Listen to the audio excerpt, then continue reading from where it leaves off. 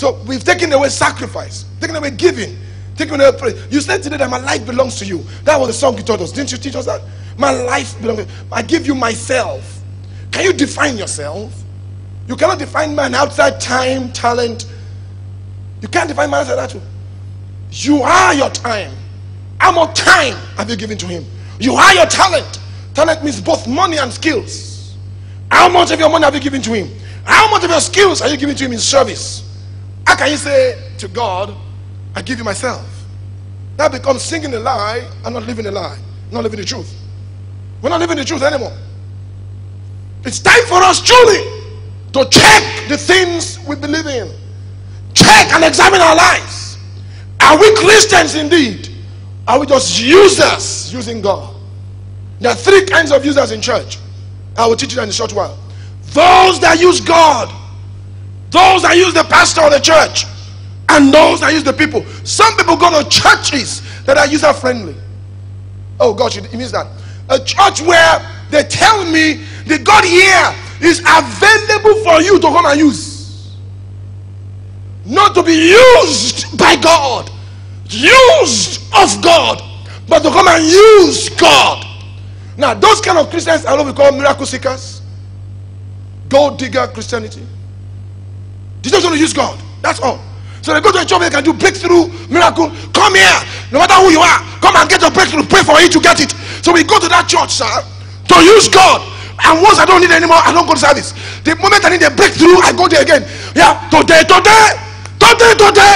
Jesus must answer me today. You come to use him. Who are you? We have that kind of, that group of people. When they go to church, they look for a church or a Christian faith that is user friendly. Is your God user friendly? Will he allow me to use him? Because I need to use him. I need some breakthrough at 2 hours time. Are you sure your God can allow? No, I won't come to you, because that is not a user friendly church.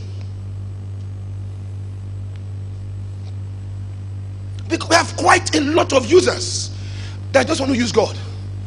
So you see them, those ones are the miracle seekers, breakthrough lovers, gold grabbers and gold diggers. They come to church for gold, not for God. They come there for bread, and they came in their droves to Jesus. Remember in John chapter 6, he gave them bread. They kept following him. They kept following him. They kept following him. So he ran from them. They tracked him down. He escaped. They came again. Say, you seek me not because you love me, but for the bread I gave to you. Now says, labor not for the bread that perisheth. You know what? I'll give you that bread, but I'll give you another bread you need, my flesh. I'll give you another wine you need, my blood. This guy is senile. Guys, not bananas. They left him because they were user. They were looking at a user-friendly Jesus. They departed from him. Christ tried though.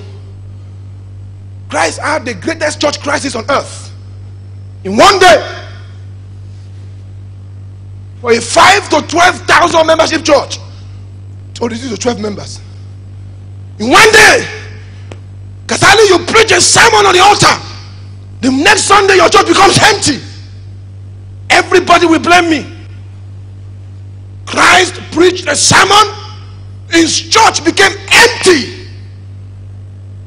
Empty church. Only 12 people came for the next Sunday service.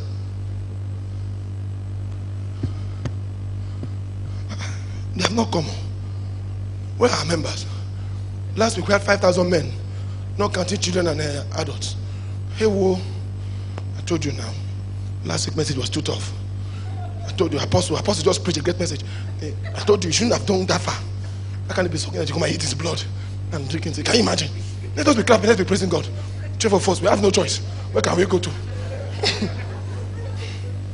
And in free praise worship, only 12 people was there.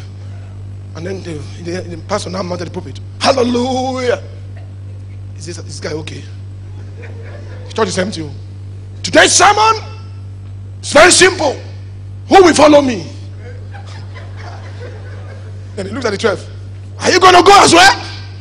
Peter said, okay. Where are we going to? To who has the word of life. The same sermon somebody calls word of condemnation, Peter judged word of life. The same sermon, different perspectives.